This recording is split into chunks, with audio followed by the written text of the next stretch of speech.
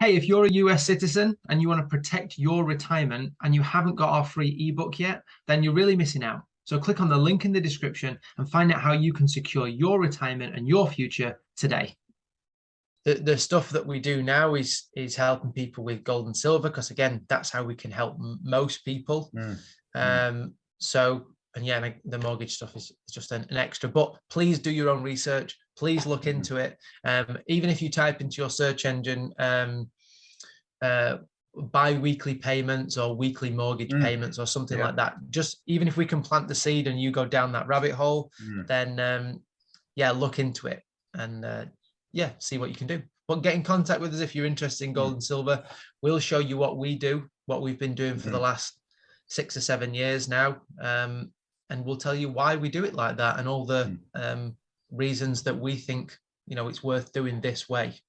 And we'll always be honest with people, Jackie, too, just to add to that, because you know everyone's in different situations. Everyone's very unique to each other, aren't they? And depending on where they want to be in their situation, you know, sometimes we'll say to people, well, maybe it isn't right for you right now because of this, this, and this, or maybe you're better off doing this or this. And sometimes on the odd occasion, we've sent them somewhere else to another bullion dealer if what we do might not be best for them. Doesn't happen very often, but sometimes we'll send them somewhere else. Yeah, true. You know, 'cause it's what's best for them, not what's best for us. It's what's best. You know, that's always been our motto from day one, and we've stuck to it no matter what. It's what's best. It's what's best for them 100% of the time, not us. Nothing to do with us. Absolutely, If that means sending them somewhere else, we'll do that. You know. Yeah, because people are so skeptical, especially when it comes to money, because we were not taught at school about money, and we're not open. Do you know, I mean, I remember Louise Hay, who's a marvelous, you know, I know she's passed now, but she's if you've heard of Hay House authors. No. Yeah, known worldwide. Absolutely. She's like the godmother of America, a wonderful woman, good friends with Oprah Winfrey and everything. Anyway, she used to say it's easier to talk about sex than it is money. Yeah, how we're brought up. Yeah, of course. Of course.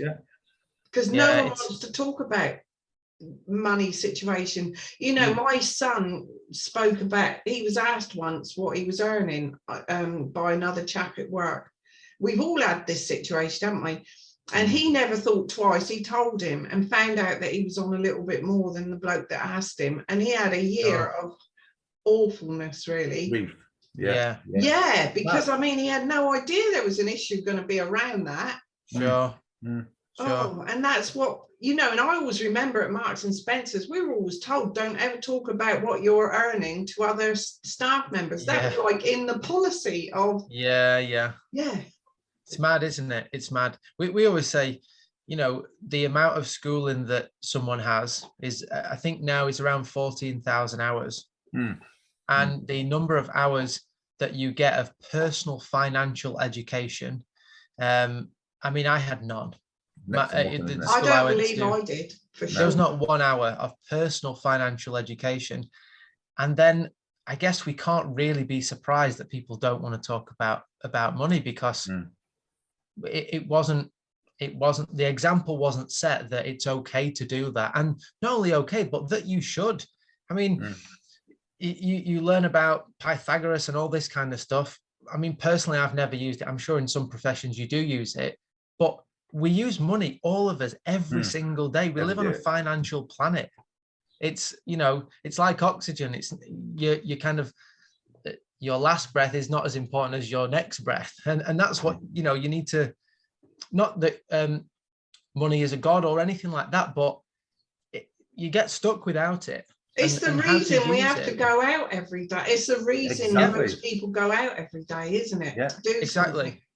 Exactly. And we just want to, we want it to be an empowering thing, though. Not that people feel fearful or that there's anything negative, that it actually empowers them and they feel like they're in control and they can actually steer the ship. They're in control. I think just to a point you made earlier about people are nervous, we always say, look, start small. And you don't have to throw everything you've got into metals. You just start small and build up confidence. We can talk like this now because we've been doing it 6 or 7 years, and we've built up confidence. And that's just start small. That's and it. we're here to help people hold their hands, aren't we? So we hold people's hands all the way through. Amazing. Yeah. Do you do workshops on where to start, or? We actually take people through a few step kind of process when they get in contact with us, and we talk about why we buy metals, the fact that we only put funds into metals when they're unallocated funds, and it's about having the right tool for the job.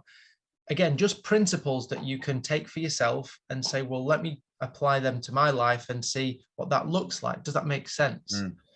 Then we kind of show you, right, well, this is how we do it, this is why we do it, and then people can go on and then decide, this is what I want to do. I want gold, I want silver, I want a bit of both, and go through there. So it's in kind of digestible chunks, and you can ask questions at any time. Email us, and we'll get back to you.